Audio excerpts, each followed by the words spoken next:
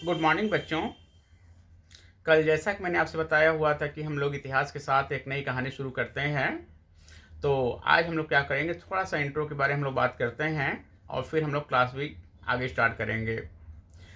जब हम लोग बात करते हैं जीएस के बारे में, यूपीएससी के बारे में, तो यूपीएससी जीएस का जो हमारा फर्स्ट पेपर होता है उसमें बेसिकली 3 सेक्शन होते हैं। एक होता है हिस्ट्री, दूसरा आपका है ज्योग्राफी और तीसरा आपका होता है सोशल इश्यू या समाज से रिलेटेड मुद्दे उसमें शामिल होते हैं। बेसिकली यहाँ पर जो हम लोग कहानी शुरू करेंगे वो इतिहास के साथ शुरू करेंगे। और जो हमारे इतिहास की कहानी होगी न केवल यूपीएससी के लिए बल्कि बीपीएससी के लिए, यूपीपीसीएस के लिए या बहुत सारे ऐसे एग्जाम जहाँ हिस्ट्री का अच्छा रोल होता है, उसके लिए भी बहुत आपका मज़ेदार होगा। जब हम लोग इतिहास के बारे में बात करते हैं तो सीधा सीधा इसको हम लोग 2 भागों में डिवाइड करते हैं। सबसे पहले होता है भारत का इतिहास, दूसरा होता है विश्व का इतिहास। जब हम लोग विश्व के इतिहास के बारे में बात करते हैं तो वर्तमान में जो हमारा विश्व का इतिहास है, ये सिर्फ आपका यूपीएससी में ही शामिल है। यूपीएससी मेंस का सिलेबस जो आपका है उसमें विश्व इतिहास शामिल किया गया है। हालांकि अभी यूपीएससी में पीटी में इसका सिलेबस नहीं है।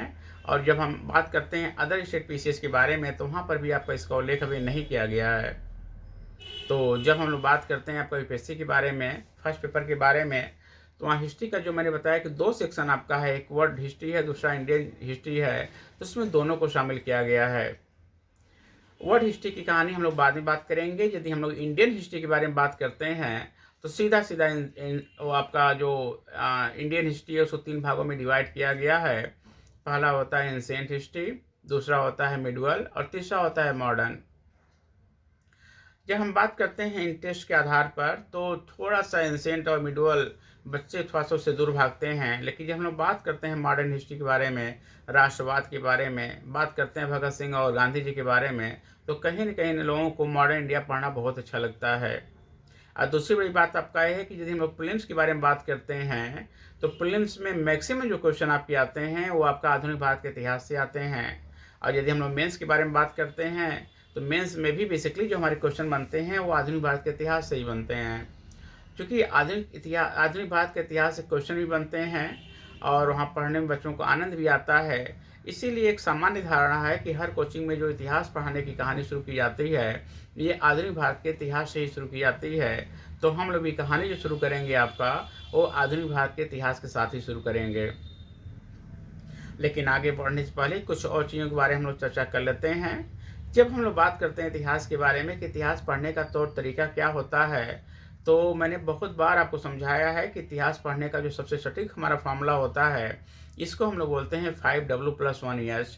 5W का मतलब होता है कि जब हम लोग किसी चीज़ के बारे में बात करते हैं तो व्हाट, वेयर, हूँ, व्हेन, व्हाई और एच का मतलब आपका होता है हाउ मच। मतलब जब भी हम लोग किसी कहानी के बारे में बात करेंगे, किसी इतिहासकार के बारे में बात करेंगे, किसी पर्सनालिटी के बारे में बात करें, किसी घटना के बारे में बात करें, किसी प्लेस के बारे में बात करें, तो हमेशा हमारा ये होना चाहिए कि वो चीज़ क्या है, कब हुआ, कहाँ हुआ, कैसे हुआ, कितना हुआ, क्यों हुआ। हम लोग हमेशा लगातार इन्हीं प्रश्नों का उत्तर ढूंढने का प्रयास करते हैं। मज़ेदार बात आपका यह है, किसी मान लो हम लोग बात करते हैं किसी भी टॉपिक के बारे में, उस टॉपिक के बारे में आपने पढ़ लिया कि क्या है, क्यों है, कब है, कैसे है।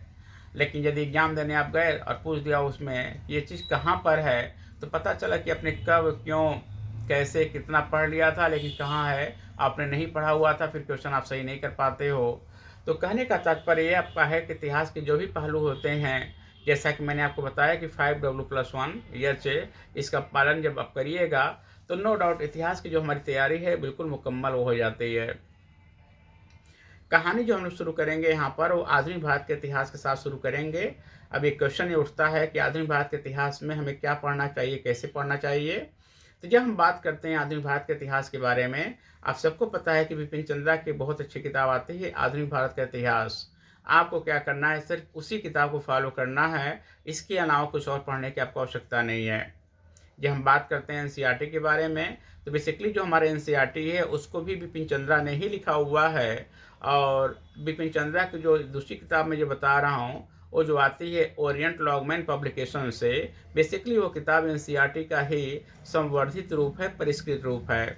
तो एनसीईआरटी पढ़ने से लाख गुना बढ़िया आपका है कि जो ओरिएंट लॉन्गमैन से प्रकाशित जो किताब है आपका बिपिन चंद्रा का आधुनिक भारत का इतिहास, उसको पढ़िएगा तो ज़्यादा फायदा होगा। और इधर देखा गया है कि सन 2022 में, 21 में, 23 में, 24 में उस किताब से बिल्कुल डायरेक्ट क्वेश्चन आपके प्रीलिम्स में आ रहे हैं।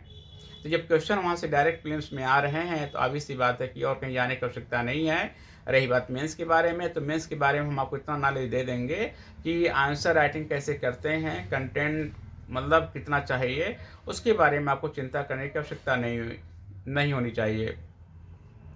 तो जब हम लोग बात करते हैं आपका किताबों के बारे में, तो सिर्फ आपको एक ही किताब पढ़ना है, बिपिन चंद्रा का आधुनिक भारत का इतिहास। और जो किताब इस समय आ रही है वो ओरिएंट लॉगमैन पब्लिकेशन की तरफ से, उस किताब को आप जरूर परचेज कर लीजिएगा। दूसरा काम क्या करना है कि हिस्ट्री का जो आपका है घटना चक्र पब्लिकेशन, वहाँ से जो किताब आता है पुनरावलोकन, उसको जरूर आप देख लीजिएगा। उसमें बहुत सारी अच्छाई है। सबसे अच्छी बात यह है कि उस किताब में कोई आपका मतलब गलती नहीं है। नहीं तो और भी बहुत सारे पब्लिकेशन मार्केट में पड़े हैं जहाँ पर गलतियों की बहुत ही भरमार है। लेकिन यदि हम बात करते हैं घटना चक्र के बारे में, तो वहाँ कोई भी गलती नहीं है, कहीं भी गलतियों की भरमार नहीं, कोई गलती है ही नहीं बेसिकली उसमें। अगली बात है कि उसमें आपका यूपीएससी के साथ साथ जितने भी स्टेट पीएससी हैं, वहाँ जो भी लास्ट ईयर क्वेश्चन आया हुआ है उसका कलेक्शन उसमें दिया हुआ है। हाँ, बट यहाँ पर ये ध्यान देना, यदि आपके पास पहले से पड़ा हुआ है सन 2024 का घटना चक्र पुनरावलोकन तो ठीक है, नहीं है तो कुछ मैनेज कर लेना।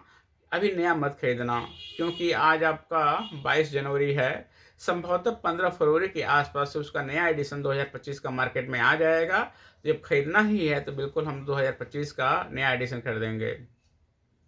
और हम लोग की कोशिश होगी कि जो भी चैप्टर हम लोग करेंगे आपका यहाँ पे, उस चैप्टर कंप्लीट होने के बाद जो भी आपके एमसीक्यू दिए हुए हैं घटना चक्र में, हम लोग एक एक घटना चक्र से सारे क्वेश्चन वहाँ पर हम लोग डिस्कस करेंगे। और न केवल क्वेश्चन डिस्कस करेंगे बल्कि जो उसके ऑप्शन हैं उन ऑप्शन के बारे में डिस्कस करेंगे कि हमारा यही ऑप्शन सही है तो क्यों है, और यदि ऑप्शन हमारा गलत है तो क्यों है, हम लोग इसके बारे में भी बात करेंगे। और यदि हम लोग मेंस के बारे में बात करेंगे तो हम पूरी कोशिश करेंगे कि डेली कम से कम हम 1 घंटे की क्लास आपके लें। मैक्सिमम आपका 1.25 घंटे, 1.5 घंटे भी हो सकता है। और हमारी कोशिश होगी कि जो हमारी उस दिन की क्लास होगी, हम उस पर आपको डेली 250 शब्द का देंगे आंसर लिखने के लिए। हम चाहेंगे कि 250, 350 या 150 शब्दों में उसका आंसर जरूर आप लिखने का प्रयास करिए। उस दिन देंगे हम क्वेश्चन आपको डिस्कस करने, वो क्वेश्चन देंगे लिखने के लिए। और नेक्स्ट डे हम लोग क्या करेंगे, उस क्वेश्चन का आंसर हम लोग आराम से डिस्कस करेंगे कि उसकी आंसर राइटिंग कैसे करते हैं, भूमिका कैसे लिखेंगे, उसको डेवलपमेंट कैसे करेंगे, हर अगला पैराग्राफ हमारा पीछे वाले पैराग्राफ से कैसे लिंक होगा, और फाइनली हम उसको निष्कर्ष कैसे लिखेंगे, हम लोग इसके बारे में भी बात करेंगे। तो कहानी जो हमारी है वो कल से स्टार्ट होगा। आपका सबसे पहले हम लोग स्टार्ट करेंगे यहाँ पर हिस्ट्री में आधुनिक भारत के इतिहास से। और जब हम लोग किसी भी किताब के बारे में बात करते हैं, किसी गाइड के बारे में बात करते हैं, तो आधुनिक भारत के इतिहास का जो पहला चैप्टर दिया रहता है वो होता है मुगलों का पतन। और बेसिकली हम लोग मुगलों के पतन से कहानी शुरू नहीं करेंगे, कहानी शुरू करेंगे हम लोग भारत में यूरोपीय कंपनियों के आगमन से। कारण क्या है, यदि हम बात करते हैं कि मुगलों के पतन के बारे में, तो महत्वपूर्ण बात आपका यहाँ पर यह है कि जब तक हमें यह नहीं पता होगा कि मुग़ल कौन थे, कहाँ से आए, कब आए, क्यों आए, कैसे आए, क्यों इनको आना चाहिए था, और भारत में मुग़लों के आने के बाद इनका उत्थान धीरे धीरे करके कैसे कैसे होता है, जब तक हम इनके बारे में नहीं जानेंगे, इनके बेस के बारे में नहीं जानेंगे, इनके उत्थान के बारे में नहीं जानेंगे, तब तक हम लोग इनके पतन के बारे में नहीं जान सकते हैं। और जब पतन के बारे में नहीं जान सकते हैं तो ऑब्वियस सी बात होता है कि इस चैप्टर को पढ़ने का भी कोई फ़ायदा नहीं है। जब हम लोग बात करेंगे आपका मिडल इंडिया के बारे में, मुग़लों के बारे में, मुग़लों के उत्थान के बारे में, तो हम लोग क्या करेंगे, उसी समय हम लोग मुग़लों के पतन के बारे में भी बात कर लेंगे। इसीलिए थोड़ा सा आप इंतज़ार करिए।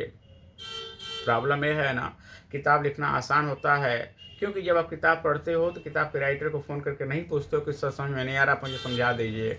लेकिन जब एक टीचर पढ़ाता है तो उसको बहुत सारी चीज़ों का ध्यान रखना होता है। और सबसे पहली बात तो यह है कि बच्चे को समझ में आ रहा है कि नहीं आ रहा है, इसका ध्यान रखना होता है। तो पहला चैप्टर हम लोग क्या करेंगे, अभी स्किप कर देंगे। जो दूसरा चैप्टर आपका होगा आधुनिक भारत के इतिहास में भारत में यूरोपीय कंपनियों का आगमन, यहाँ की कहानी हम लोग कल बहुत अच्छे से शुरू करेंगे। तो यदि हम लोग बात करते हैं टाइमिंग के बारे में, तो कल से हमारी पूरी कोशिश होगी कि जो वीडियो हमारा होगा रिकॉर्डेड होगा पहली बात, और जो रिकॉर्डेड वीडियो होगा हम कोशिश करेंगे शाम को डेली 6 बजे आपको अपलोड कर दिया जाए। कल से कोशिश करेंगे हम कि नियमित रूप से शाम को 6 बजे एक आधुनिक भारत के इतिहास पर एक वीडियो आपका 1-1.5 घंटे का डाल दिया जाए।